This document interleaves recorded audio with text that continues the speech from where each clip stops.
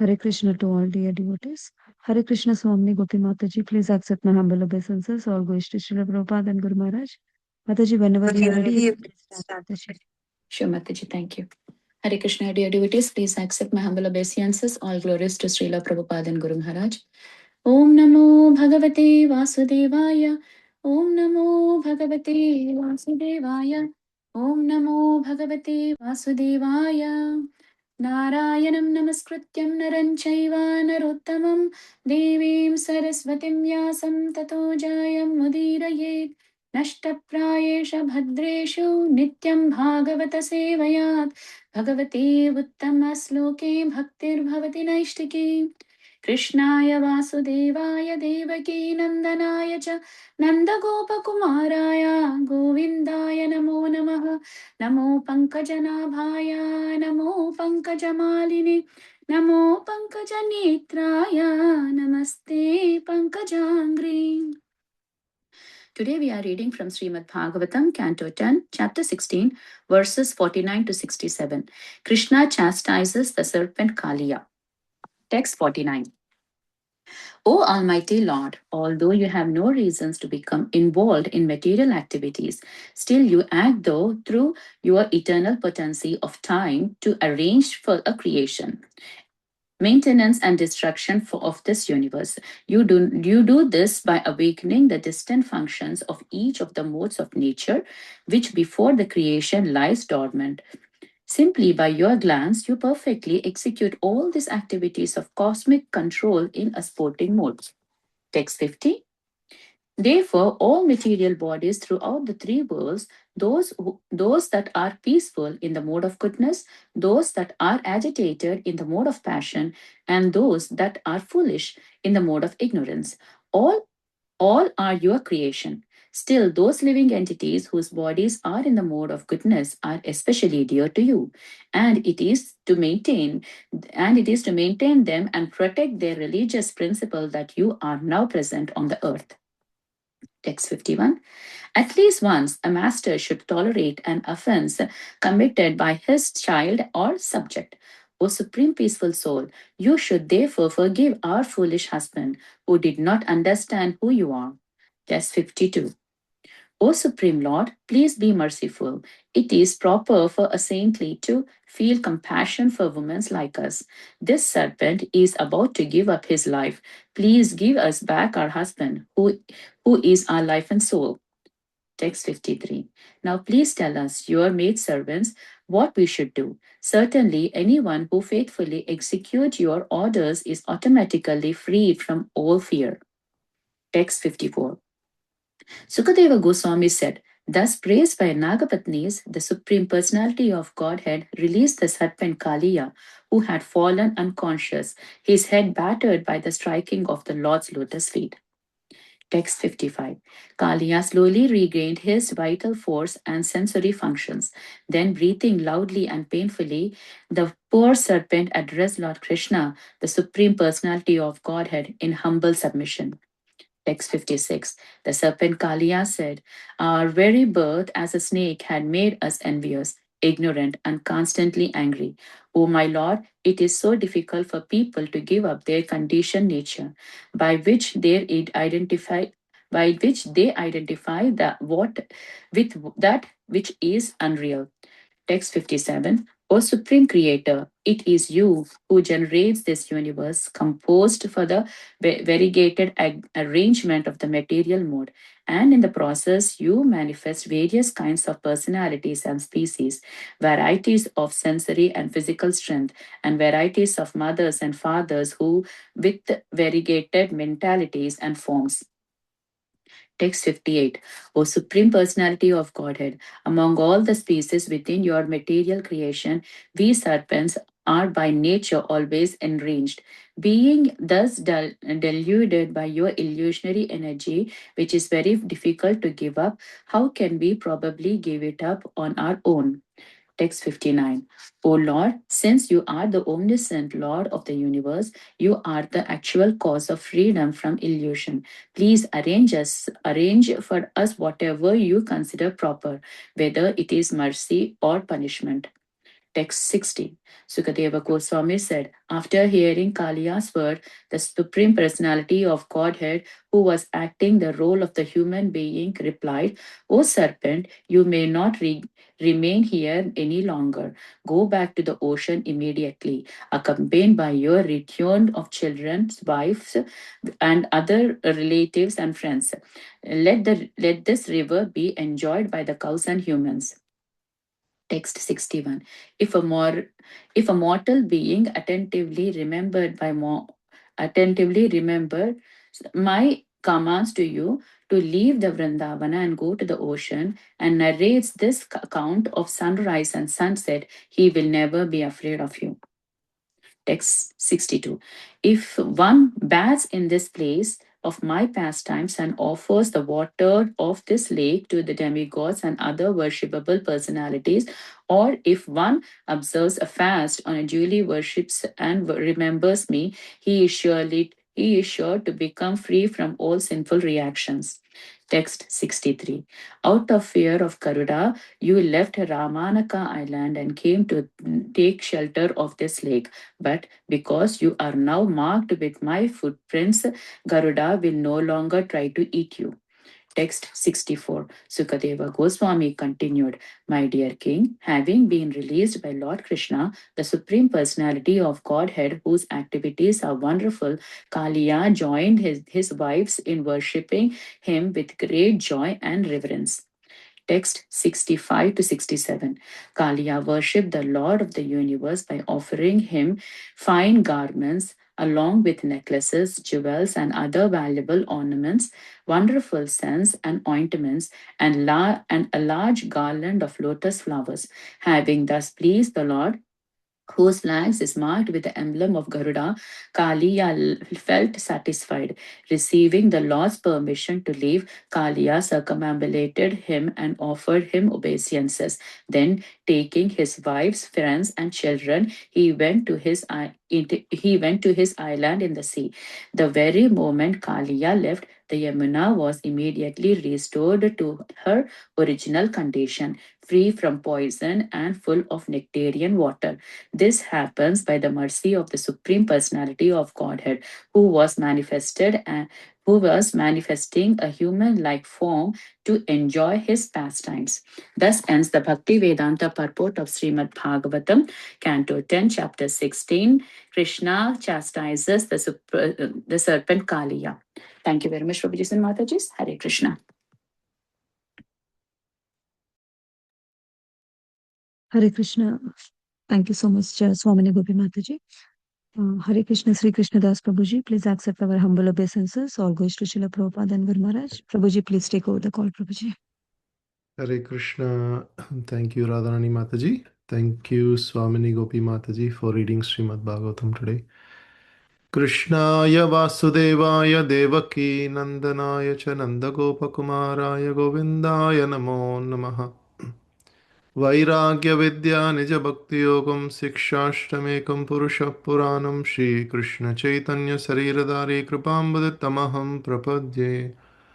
Hare Krishna, Krishna Krishna, Hare Hare, Hare Rama, Rama Rama, Hare Hare. Mukam karoti vachalam pangum langete girum yat krupatamaham vande Shri Gurum Dinatarinam Shri Paramananda Madhavam Shri Chaitanya Ishwaram. Hare Krishna, dear devotees. So today we are seeing this famous Kaliya Daman Leela. So where Lord Krishna is subduing Kaliya, and so in these verses, Kaliya's wives and Nagapatnis are actually offering obeisances and also a lot of prayers, wonderful prayers to Lord Sri Krishna. So we can see in this chapter that Kaliya used to live in this Ramanaka ocean, and then because of Garuda chastising Kaliya, he has come along with his wives to this Yamuna river, and Kaliya's by nature is very, very envious, and also he has a lot of. It is mentioned here that it had 101 prominent hoods, but it looks like it had many, many hoods. and it was very much puffed up by the poison that was in his fangs, and it thought it's invincible, and it also creating so much havoc in this waters.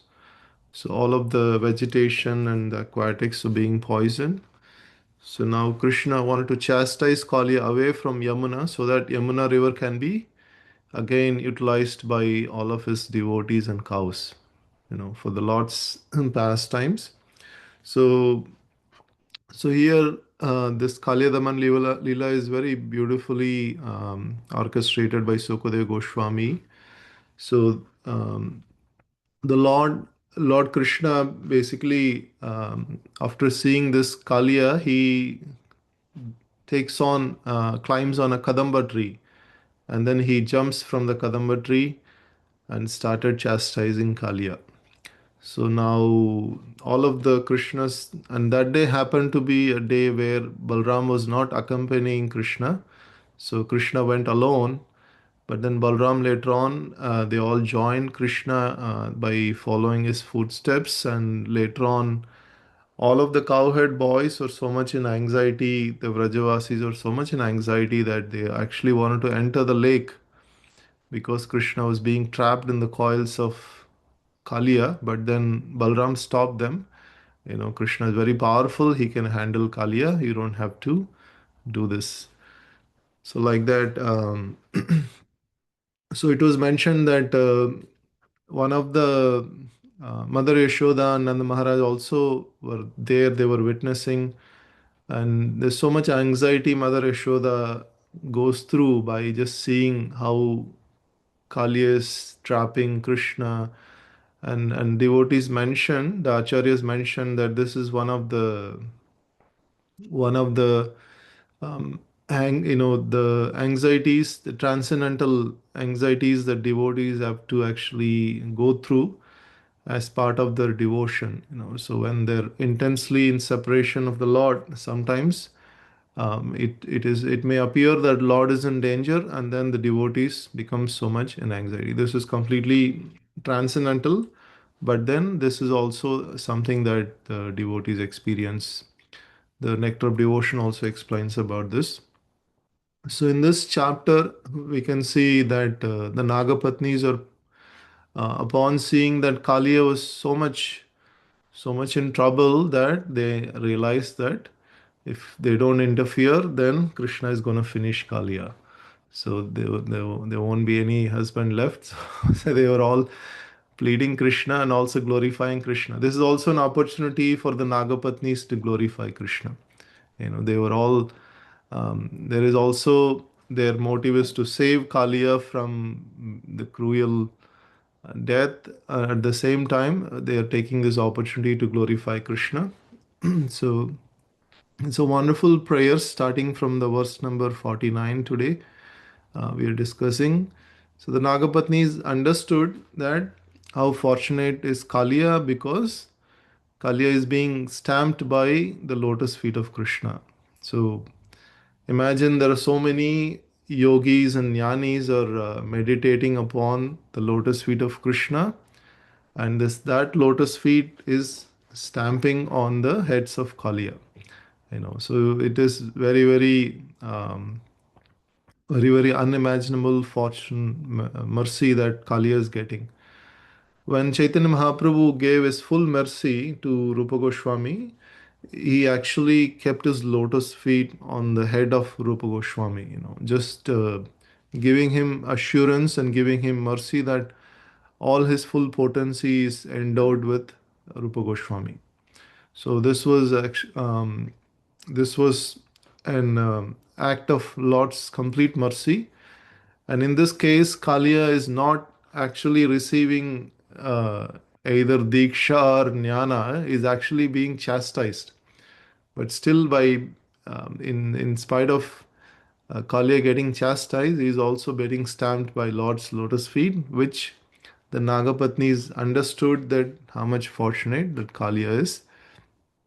So starting from verse number 49, so we can see uh, the Nagapatnis are describing how the Lord is even though he is completely transcendental, he doesn't have to, he doesn't come in touch with the trigunas, sattva, rajas, tamas, but still he acts through his potency. So, so the Lord is just like the water on the lotus leaf. He does not touch with the material world. Whatever he does, just like chastising Kaliya, this is also the Lord's, they call Leela. It's not like Lord got angry and then he got into a fight. Everything is a Leela, meaning everything is completely only for the purpose of exchanging love between devotees and the Lord. So in this case, Kaliya is interfering with the exchange of love between the cows and the gopas and the Lord. So the Lord had to interfere and chastise Kaliya. Otherwise, Lord does not interfere with any. So whatever he does is completely. It's all pastimes, and they call. So in this case, the Lord is completely aloof from the material activities, but still his external potency is involved in all the three aspects of Kritakala, Sakriti, Druk. So this is mentioned as the creation, Janmastiti, Samyaman. So the creation, maintenance, and destruction by the potency of the time. So Kala, by the potency of the time. And this is all Akruta, meaning beginningless. So the whole material creation, it's called eternal because Bhutva Bhutva Praliyate, this goes on continuously. There is no point in time it started, there is no point in time it's going to end. So this material creation is also going to continue eternally, just like the spiritual world. But the difference is the material creation is temporary. So it is manifest and unmanifest, and that is always just like the day and night. In the night time we sleep, and the morning we wake up. In the whole night we are actually completely in a deep slumber mode. So we don't know who we are, what is our position. So just like that, the creation is also completely unmanifested. Again, the creation is created. So from that perspective, it's very much temporary, very much impermanent. But otherwise, it is eternal.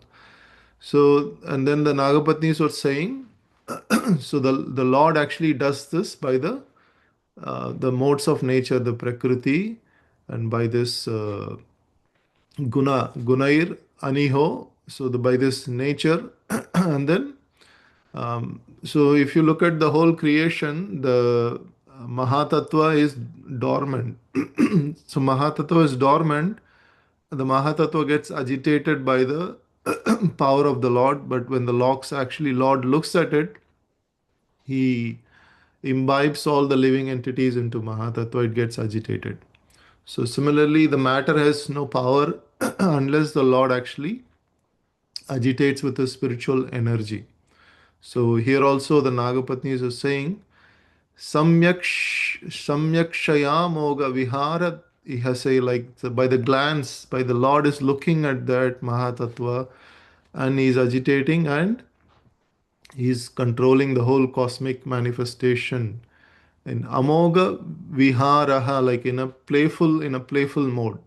Just like the babies when they go to the beach, they actually try to make some sand castles. So like just like that, the Lord actually plays with this Mahatattva. He creates all these material activities, but he's not attached, he's completely detached, and all of his potencies are working behind the scenes. So so here in the purport, we can see that Prabhupada's disciples are commenting that how the Lord creates this material world, and sometimes we hear that why does the Lord have to go through and creating this entire material world? And then the acharyas actually mention the Lord actually does not want the conditioned souls to um, forget him and come and suffer in this material world. Actually, he wants everyone to live along with him in the spiritual kingdom. But then he also comes to the material world, and then the forgetful souls, become, because bahirmukha, like because we turn against Krishna, we have to forget, Krishna, and then we come to this material world, we become conditioned, and all that happens. Because of this reason, the Lord actually comes and performs his pastimes, which is called amoga. Like this is, and then beyond any discrepancy. And then but Lord Krishna actually desires all of us, all of the conditioned souls, to live with him in the eternal kingdom. So that is his real desire. So the fortunate conditioned souls, like anyone who gets the seed of bhakti through the acharyas, they again try to remember the Lord and become loving servants of the Lord. So, like the Lord is creating this whole pastime just to make us remember the Lord and then go back to Godhead.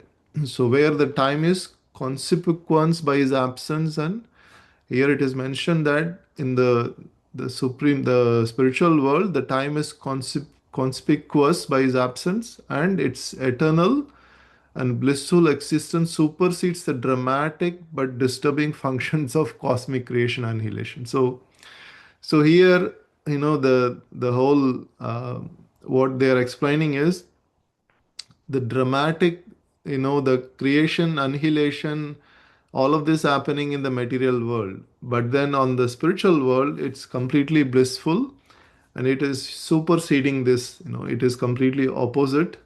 Where here it's temporary, there it's permanent, here it's actually nirananda, there it's ananda, here it's like temporary, and there it's permanent, like that. All of this is supersedes the material world, is completely opposite to the spiritual world. So that is what in the purport here it's mentioned. So and then it goes on. So in the material, Nagapatnis are actually describing about how the material bodies throughout the three worlds that are in different, perceived in different ways, like in the mode of goodness, in the mode of passion, and the mode of, ignorance. So they were saying three different categories: peaceful, agitated, and foolish. So this is how, in the mode of goodness, somebody is very peaceful. They understand how the whole creation is, working. They try to elevate themselves in knowledge. But in the mode of passion, it's always agitated. So in the mode of ignorance is completely, they involve in foolish activities. So like that, the Nagapatnis are describing that, how your creation is variegated. Now, wonderful varieties are coming out of this creation and the three worlds. But they're saying, but Lord, you are actually very dear to the one who is in the mode of goodness. So, so we can see that how much potency is there in the mode of sattva guna. So that is why Bhagavatam also says, kama lobha dayaschaye chetayete radha vidyam stitam sattve prashidati. The Bhagavatam is promising that we can get closer to mode of goodness. We can get established in mode of goodness. So the mode of goodness is so much potency that one who is in mode of goodness, they can go closer to the Lord. They can go become dear to the Lord. So that is what Nagapatni is also saying. And finally, they're concluding that statuche dharma paripekshaye hataha. So the Lord, why is the Lord present on the earth? They're concluding saying, the Lord actually, you are present on the earth to protect the religious principles. So and then they go on, the Nagapatnis explain how the Lord actually have to forgive the offenses of Kaliya. So when a son and a father, and a son makes offense towards father, it is always forgiven. Like that, in between husband and wife, the offenses are forgiven. Like that, the Nagapatni is also saying that just like the master should tolerate the offense by a child or a subject disciple. The disciples normally make so many offenses, but a guru actually teaches by his example. So just like that, Nagapatnis are saying, Lord, please forgive Kaliya's offense. He is so foolish that he has committed so much grave offense by committing, creating so much havoc in the lake. Basically, it is mentioned here that in the Yamuna river there is an offshoot little bit lake where the Kaliya was taking, doing all this mischief, and now the Lord is chastising for Yamuna to leave that place. So they acknowledge, and also they're also requesting the Lord to be compassionate to women like them. So now the prayers goes on. Um, Now finally they conclude saying, Muchyate sarvato uh, bhayat. So please free us from all bhayat, meaning all fear. Please free us from all this fear. Now we are basically they are surrendering completely and faithfully, executing His order. How anyone who takes shelter of the Lord is free from all fear. Like Srila Prabhupada's name by birth is Abhaya Charanaravinda, right? Fearless.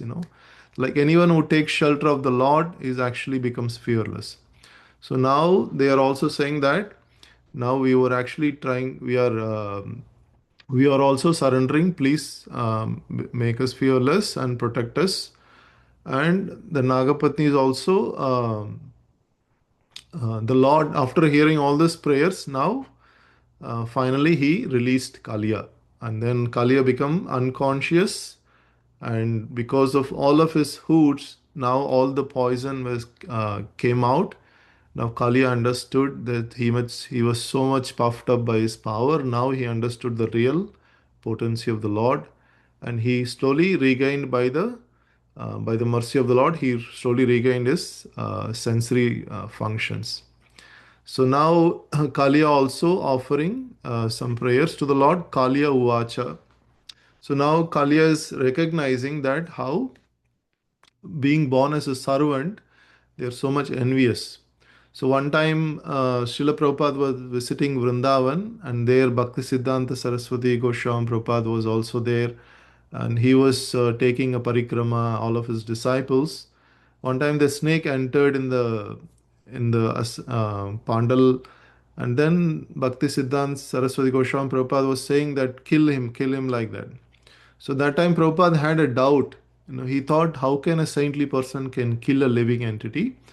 And later on, he understood by reading Shastras, he understood that the snake is always envious, and the birth of the snake itself is so much suffering that by killing that snake, the sadhus wanted to relieve him and get a better birth. So that is why it is not an offense to kill an envious snake, and that is why Bhakti Siddhanta Saraswati was ordering his disciples to kill that snake. So later on, Prabhupada understood that, and he actually spoke in one of the lectures about this also. So now Kaliya also saying how he's so envious, and it's also constantly angry. The snake is always constantly angry, in very much ignorant. So now it is Kali is recognizing that it is very difficult to give up this conditioned nature. We always identify with this body, which is unreal. So here the word asad graha. So asad graha means this unreal taking as real. So we are accepting this body and thinking this is me, this is mine.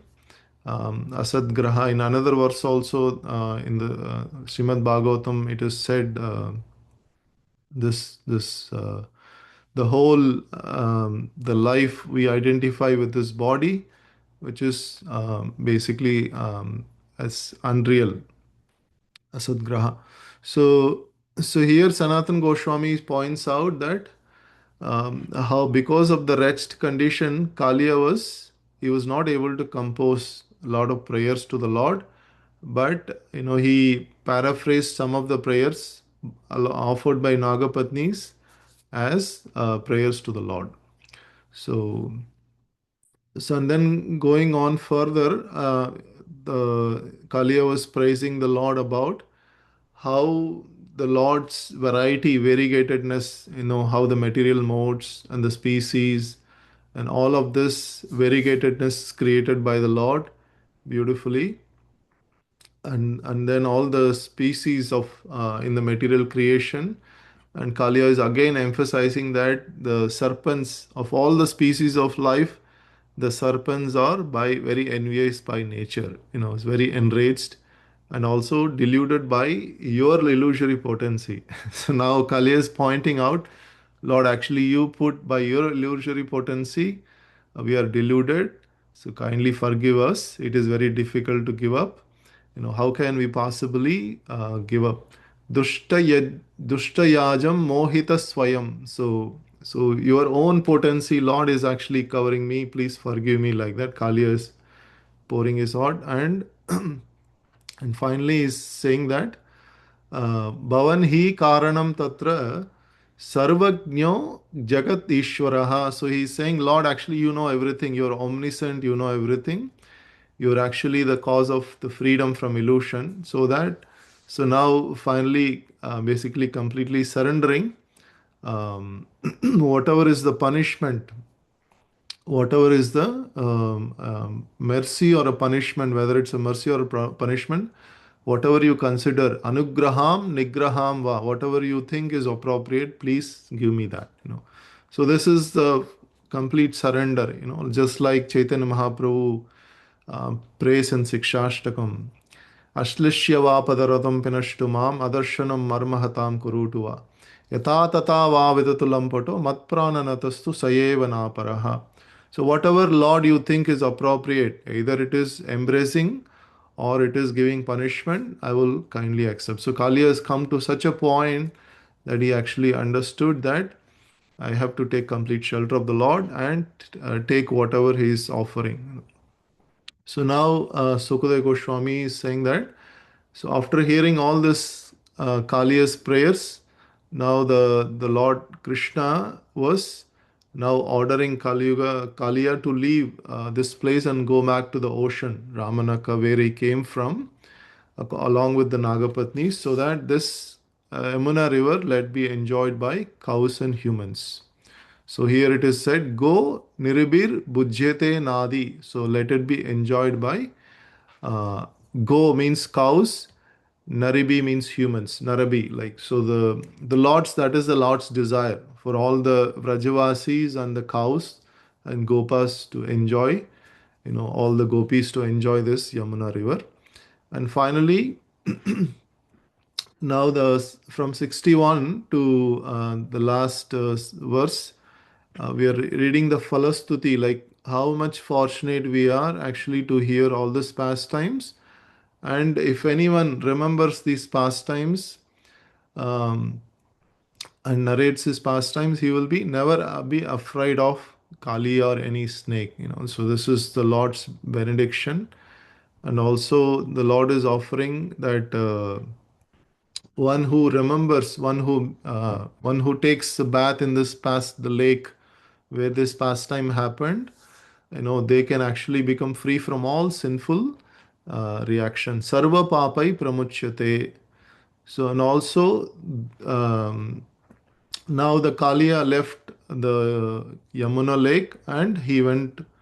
Actually, the Kaliya left the Ramanaka ocean and he came to the Yamuna river because of fear of Garuda. So now the Lord is also assuring that Garuda will not actually trouble you because my footsteps are on your hoots. So because of that, Garuda will no longer actually disturb you. And Sukadeva Goswami goes on and he says that now the Lord released Kaliya. Um, so Kaliya now joined the Nagapatnis, and with great joy and reverence, they worshipped the Lord, and they actually left this Yamuna lake. So finally, on the last, before leaving, on the last verse, it is mentioned that actually Kaliya, these snakes they have yogic powers, and they could manifest by yogic powers several wonderful things. So it is mentioned that when the Lord actually sporting the Yamuna river, his Kastuba money, he leaves it on the Yamuna lake. And this is also another pastime the Lord is creating. And Kaliya is now offering the same Kastuba money back to the Lord as an offering.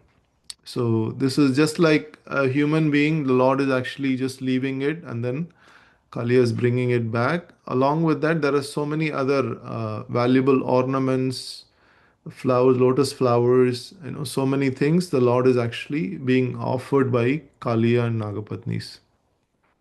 So now Kaliya felt completely satisfied, and receiving the Lord's permission, he left this place, circumambulating the Lord. So this is completely the Supreme Lord's mercy. Now Krishna, just a human like form, he is performing these pastimes for the pleasure of all the devotees.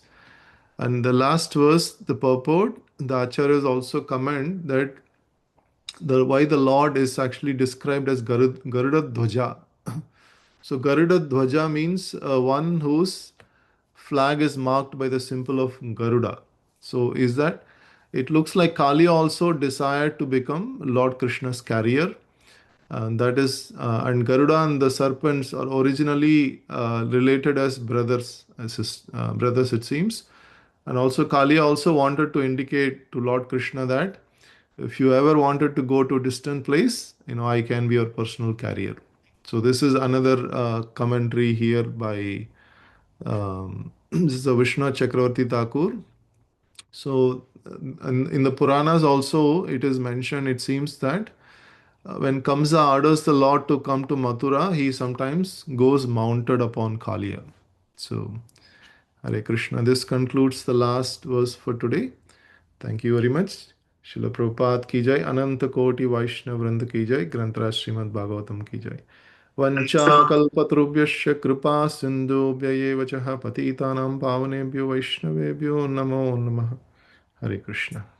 Thank you very much, Prabhuji. Hare Krishna. Thank you, Prabhuji. Thank you, all devotees, for joining.